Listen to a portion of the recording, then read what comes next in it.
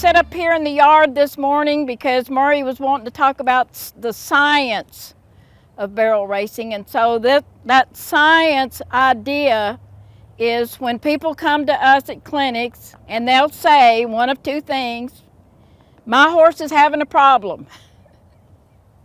Or they will say, me as a rider, I am having a problem. I would say 90%, that's a lot, isn't it? 90%.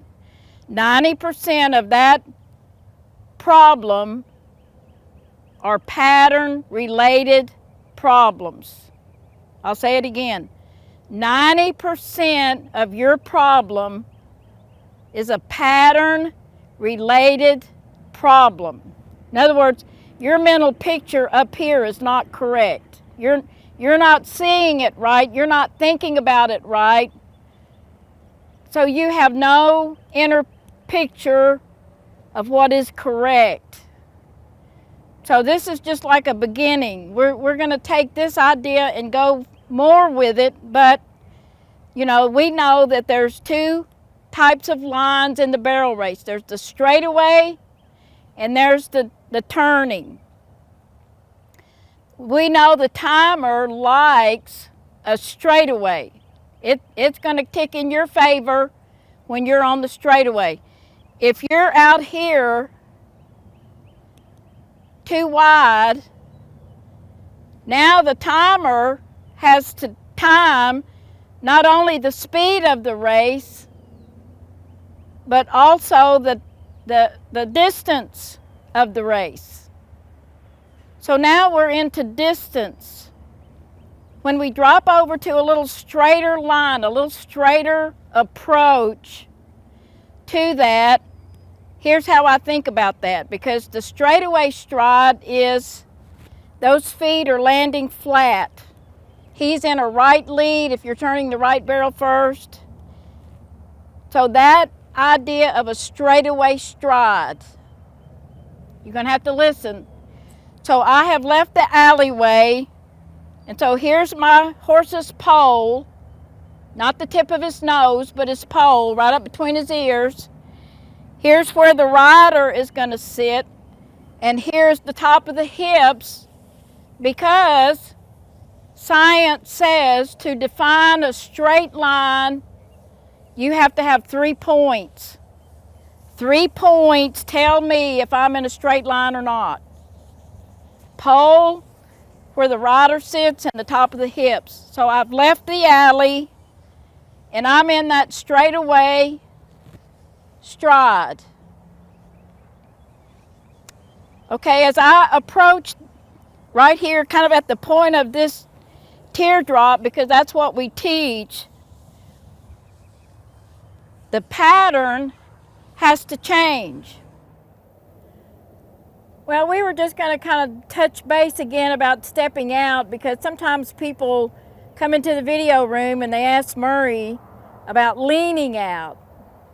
And Murray goes, well, where did you hear leaning out? Oh, Miss Lynn taught us leaning out. And really all stepping out is, you know, when you come down the alleyway in your stirrups, you're like 50-50 of your weight in your stirrups. Should be, that's why we work to have them level, so that in your stirrups, you're 50-50 with your weight in your stirrups.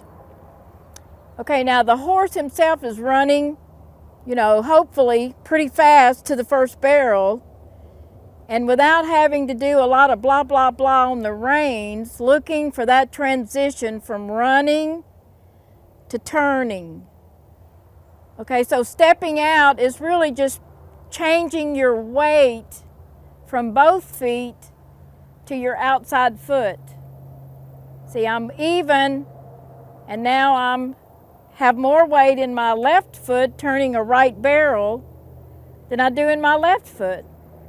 And so that change of weight on your feet and that change in your pelvis to go to the back of that turn while that horse is running. See, rating is still running because he's making the the straightaway stride when he's rating. All he's doing when he's rating is dropping a center of gravity. So he's running in a straightaway stride, he's rating in a straightaway stride, and then he's turning. And my weight in the saddle is just really going with his weight in that turn, because now he's really driving with that outside rear foot, and that's what creates the turn, and wind barrel races turning. So I hope that explains it and makes it a little clear. Okay, here's how I think about this, because if you're doing it correctly, he is still in a straightaway stride in this portion of that race. He's still in that straightaway stride. In other words, he might be rating, he might have dropped the center of gravity, but he's still in the straightaway stride. Now when that horse's hip gets beside the barrel, he's got to think about turning.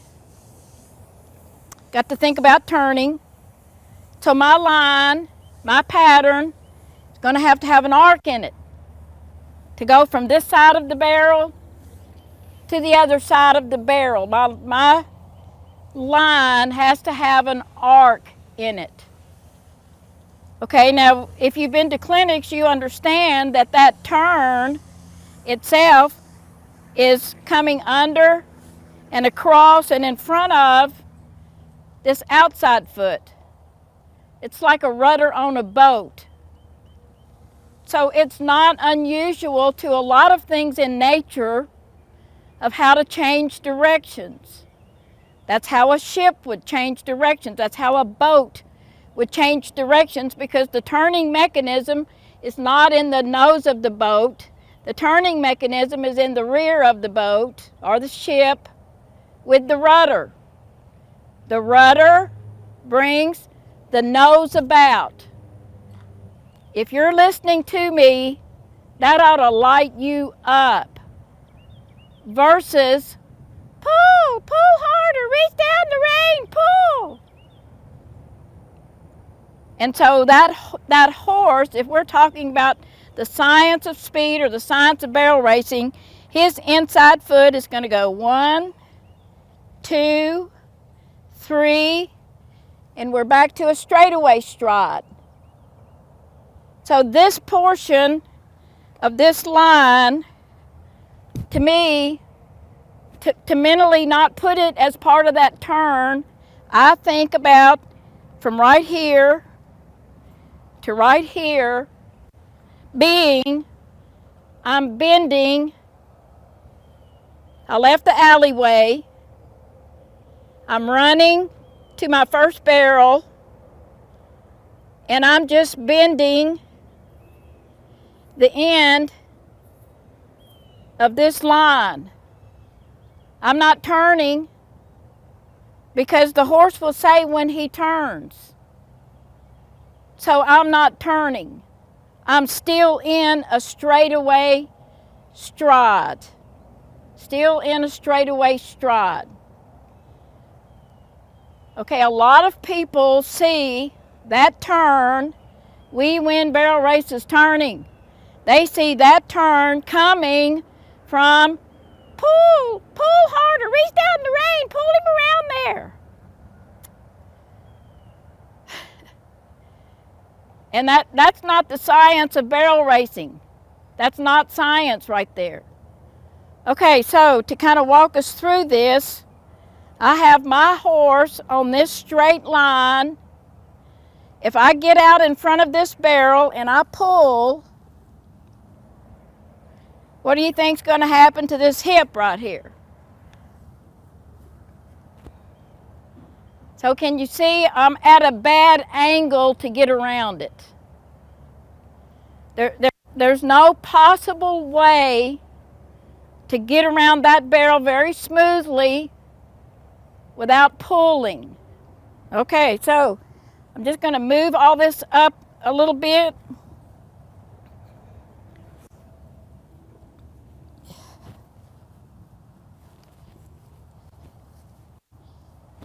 So I'm still pretty much in that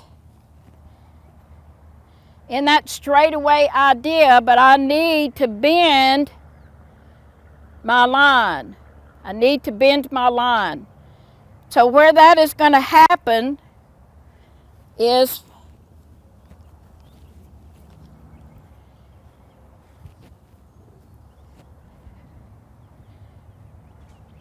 right at this barrel. I'm right between the first and second barrel.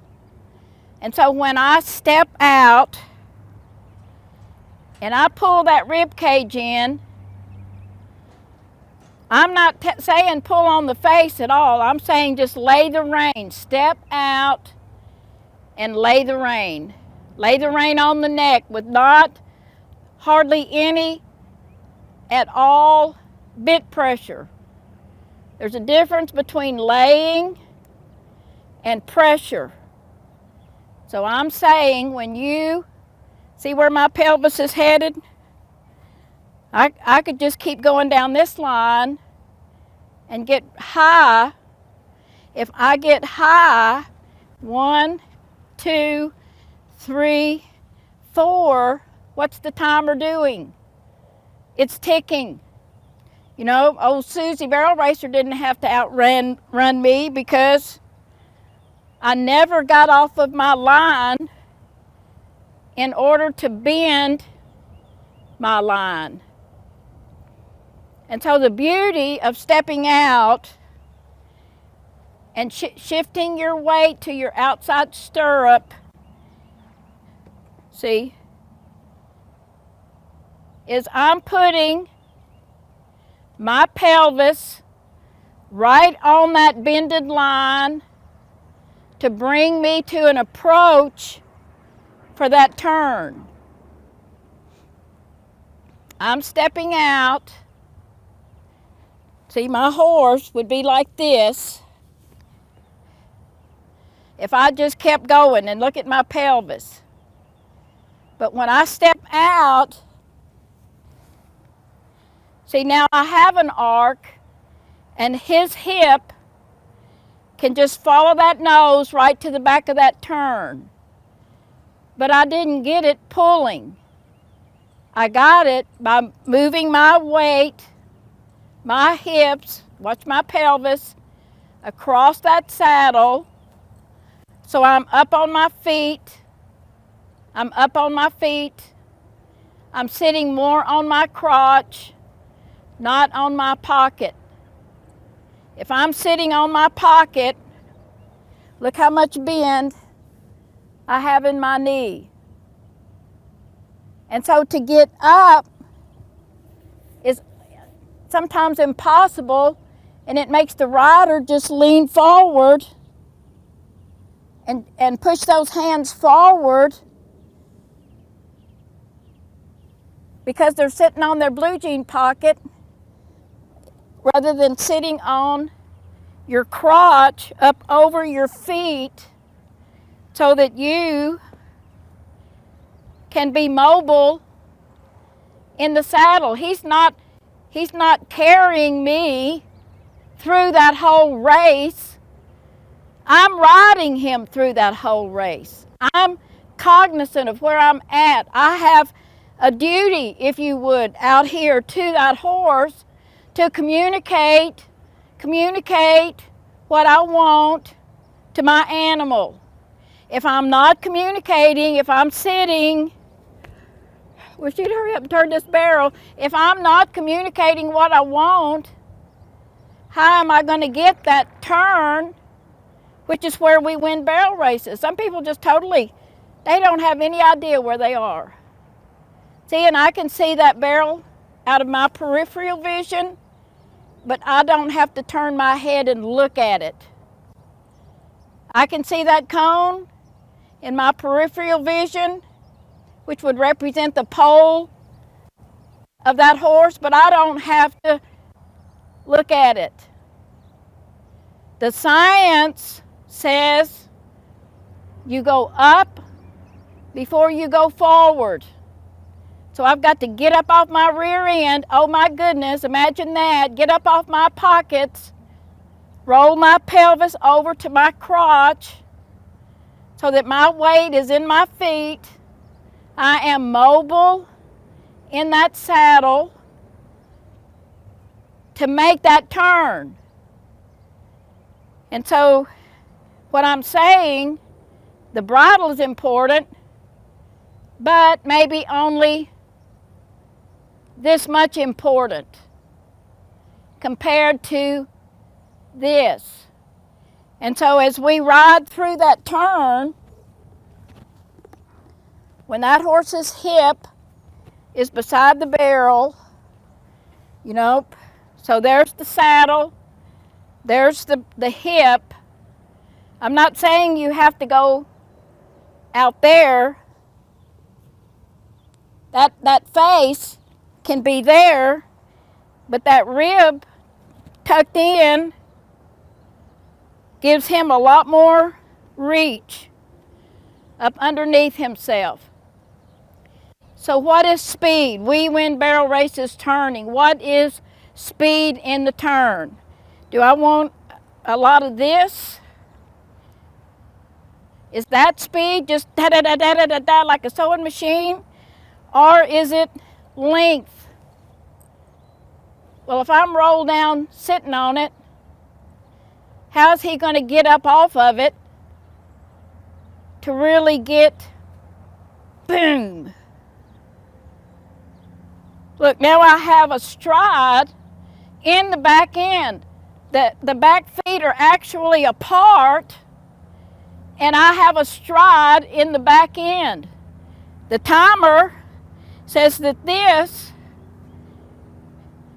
on the timer takes as much time, but it might take 5 or 6 of these to get from one side to the other side, but it's only going to take 1, 2, 3 of those because there's a length of stride in the hip. This is like college master's degree information right here. If you can understand what I'm saying, we're going to go up there with Jennifer and make part 2. But if you can understand what I'm saying about moving that rib cage out of the way. Look, I got weight on both feet. If I push my rib over, it takes weight off of that inside foot. Now the horse can do something with it. If he's dead-sided, if he's not feeling your leg or your spur on that rib, what are we going to do? How are we going to get it? Pull, reach down the rein, pull harder. And if you want a turn that is not powerful, they step off lead behind and they drag that inside foot to them. That is not powerful. You will not win barrel races turning. And so hopefully you might have to watch this several times to kind of get the idea that we are trying to take to the arena and this work. The problem is it has worked. We're totally convinced this works. And so reach down there, punch a like, subscribe to us, say that you're enjoying the videos. That encourages us, especially Jennifer and I, to get out here and do these types of videos, these teaching videos.